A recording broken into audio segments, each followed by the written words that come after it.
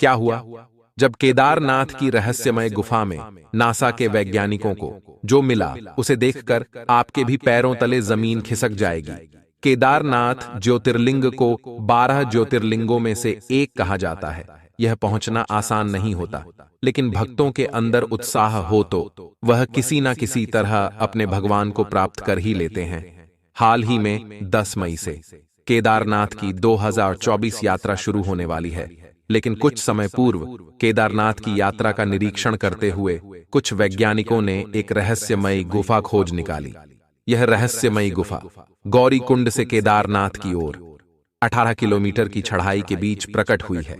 लेकिन इस गुफा के प्रकट होने का जो चमत्कार आज की वीडियो में हम आपको सुनाने वाले हैं, उसे जानकर आपके भी हो छोड़ जाएंगे। किस तरह भगवान ने एक नास्तिक वैज्ञानिक को भी अपना भक्त बना लिया और वह हमेशा हमेशा के लिए सनातन का बनकर रह गया। आगे बढ़ने से पहले बाबा केदारनाथ के सच्चे भक्त इस वीडियो को लाइक करके कमेंट बॉक्स में जय श्री केदार जरूर लिखें। दोस्तों, केदारनाथ की यात्रा शुरू होने वाली है और भक्तों के 8 लाख से भी ज्यादा रजिस्ट्रेशन हो चुके हैं। यानी इस साल पिछले कई सालों के मुकाबले औसतन ज्यादा भीड़ रहने वाली है, जिसके लिए बहुत ज्यादा जरूरी है कि यात्रा के मार्ग को सुरक्षित किया जाए और उसका सही तरह से निरीक्षण हो। इसलिए सरकार द्वारा 10 मई से पहले कई जरूरी कदम उठाए जाते हैं, जिसमें सड़कों का परीक्षण करना, पर्वतों का परीक्षण करना व अन्य मौसमी परीक्षण शामिल होते हैं। और इन सभी परीक्षणों को पूरा करने के लिए एक खास टीम बनाई जाती है, जिसमें वैज्ञानिकों के साथ साथ का इंजीनियर भी होते हैं। इस पूरे परीक्षण को पूरा करने के लिए साल 2024 में 6 जनों की टीम बनाई गई, जिसमें पंकज नाम के एक वैज्ञानिक जो खास तौर पर पुरातात्विक विभाग में माहिर थे और 6 साल तक नासा में वैज्ञानिक के तौर पर भी पदस्थ रह चुके थे। उनकी इसी काबिलियत को ध्यान में रखते हुए उन्हें 5 जनों की खास टीम में सम्मिलित किया गया। लेकिन अंग्रेजों के देश में रहकर उनकी सोच भी अंग्रेजों की तरह हो गई थी। वे सनातनी होने के बावजूद भी सनातन धर्म को मानना भूल गए थे। उनके लिए विज्ञान ही सब कुछ हो गया था और विज्ञान को ही वह अपना भगवान मानते थे। लेकिन कहते हैं ना, जब भगवान की लाठी पड़ती है तो आवाज नहीं आती, लेकिन दर्द भरपूर होता है। पंकज जी को जब केदारनाथ की यात्रा का परीक्षण करने के लिए टीम में शामिल किया गया तो अपनी ड्यूटी समझते हुए उन्होंने भी हामी भर दी। लेकिन उनका उद्देश्य भगवान के प्रति भक्ति भाव बिल्कुल भी नहीं था। वह केवल वैज्ञानिक दृष्टि से परीक्षण करने वाले थे। इसके बाद 5 विशेषज्ञों ने गौरीकुंड से चढ़ाई शुरू करी। उन्हें रास्ते में एक एक बारीक जानकारी इकट्ठा करके सभी पर परीक्षण करना था और रिपोर्ट तैयार करके सरकार को सही चढ़ाई का आश्वासन देना था। पंकज जी अपनी टीम के साथ गौरीकुंड से ऊपर चढ़े और देखते ही देखते कुछ घंटे में उन्होंने पहला पड़ाव पार कर दिया। इसी बीच रास्ते में कोई भी तकलीफ नहीं थी। तभी आगे बढ़ते बढ़ते सभी वैज्ञानिकों ने अपना अपना काम बांट लिया और पंकज जी को पहाड़ का परीक्षण करने की जिम्मेदारी मिली। वे लगातार ऊपर चढ़ाई करते जा रहे थे और पर्वतों की जांच भी कर रहे थे, लेकिन उन्हें इस बात का अंदाजा नहीं था आज बाबा केदारनाथ उन्हें बहुत बड़ा चमत्कार दिखाने वाले थे। पंकज जी का उद्देश्य भगवान के दर्शन करना बिल्कुल भी नहीं था। वे लगातार अपनी ड्यूटी निभाते हुए ऊपर चढ़ने जा रहे थे। जब उन्होंने तकरीबन 10 किलोमीटर की चढ़ाई पूरी कर ली थी, तब तक उन्हें किसी भी पहाड़ में कोई भी शंका नहीं दिखाई दी। लेकिन तभी उनके कानों में अचानक से ध्वनि सुनाई देने लगी। वह ध्वनि ओम की प्रतीत हो रही थी। इसके बाद पंकज जी उस आवाज का पीछा करने लगे। वह आवाज उन्हें पहाड़ की रहस्यमय गुफा तक ले गई, जो बहुत ज्यादा विशाल और रहस्य से भारी लग रही थी।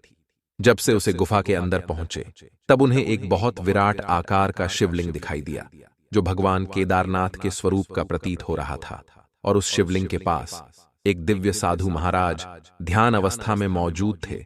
तो पंकज जी को यह बात समझ नहीं आ रही थी, आखिर केदारनाथ चढ़ाई मार्ग के बीच कितनी बड़ी गुफा है, तो इसके बारे में लोगों को आज तक क्यों नहीं पता चला। उन्होंने उन साधु महाराज को ध्यान अवस्था से जगा दिया और उन साधु महाराज से पूछने लगे, आखिर यह गुफा यहाँ पर कितने समय से है? तब उन साधु महाराज ने कहा, यह गुफा तो आदिकाल से ही यहां मौजूद है, लेकिन आज तक इसे कोई देख नहीं पाया। शायद भगवान केदारनाथ स्वयं तुम्हें इस गुफा तक लेकर आए हैं। लेकिन पंकज जी नास्तिक थे, वे भगवान में नहीं मानते थे, लेकिन अपनी सिद्धियों से वे साधु महाराज यह बात समझ चुके थे। तब उन्होंने पंकज जी को केदारनाथ का इतिहास बताया कि यह वही शिवलिंग है, कि यह वही मंदिर है जो 400 सालों तक बर्फ में दबा रहा, लेकिन मंदिर का बाल भी बांका का नहीं हुआ। इस मंदिर को पांडवों ने बनवाया।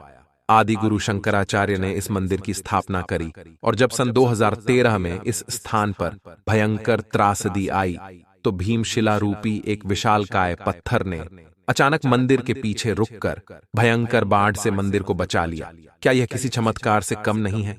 क्या यह बिना किसी ईश्वरीय शक्ति के संभव हो सकता है? फिर भी पंकज जी सनातन के चमत्कार को स्वीकारने के लिए तैयार नहीं थे। उन्होंने उस गुफा का परीक्षण करना शुरू कर दिया। अधिक रिसर्च के लिए वह पुनः गुफा से बाहर आए और अपने साथियों को ढूंढने लगे, और अपने चारों साथियों को इकट्ठा करके उस गुफा के पास आए तो सामने का नजारा देखकर उनके पैरों तले जमीन खिसक गई, क्योंकि वह रहस्यमय गुफा उस स्थान से गायब हो चुकी थी। तब पंकज जी तरफ उस गुफा को ढूंढने लगे, क्योंकि वह विराट शिवलिंग और उन साधु महाराज को पंकज जी ने अपनी आंखों से देखा था, उनके साथ सवाल जवाब किए थे, लेकिन अचानक से उस गुफा का गायब हो जाना यह बहुत बड़ा चमत्कार था। तब सभी वैज्ञानिक पंकज जी को कहने लगे कि तुम्हें कोई भ्रम हुआ होगा, अत्यधिक चढ़ाई करने व धूप के कारण तुम्हें भ्रम हुआ होगा। लेकिन पंकज जी का दिमाग खराब हो चुका था। वह समझ चुके थे भगवान केदारनाथ का ही चमत्कार है। वह मुझे अपना अस्तित्व समझाना चाहते थे, और उसे साधु महाराज ने कहा था कि यह गुफा हर किसी को नहीं दिखाई देती, यह केवल भगवान शिव के आदेश पर ही संभव हो सकता है। वे चारों वैज्ञानिक भगवान में मानते थे, इसलिए उन्हें वह गुफा नहीं दिखाई दी।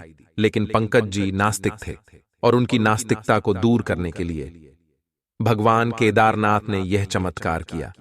इस घटना के बाद पंकज जी भी सनातन के चमत्कार को समझ चुके थे।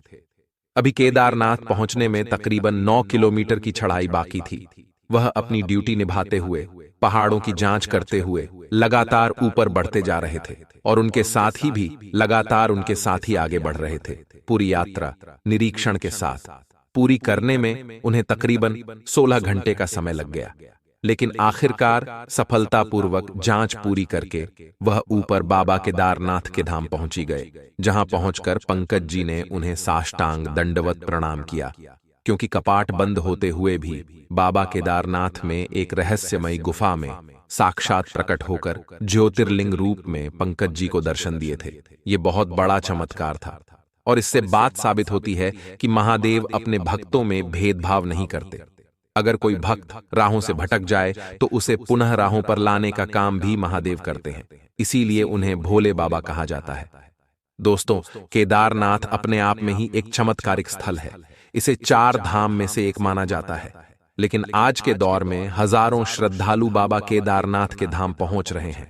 लेकिन सवाल यह उठता है, क्या उनका उद्देश्य दर्शन है या फिर प्रदर्शन?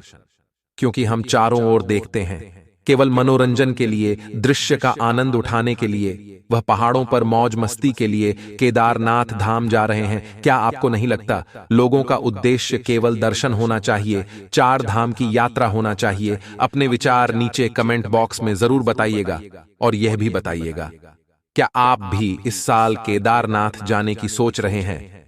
अगर आपको भी यह वीडियो दिल से पसंद आई है तो लाइक जरूर करें, और ऐसी ही सत्य चमत्कारी घटनाएं रोजाना देखने के लिए हमारे चैनल को सब्सक्राइब करके बेल आइकन को प्रेस करना ना भूले। अभी के लिए आप सभी दर्शकों को हर हर महादेव।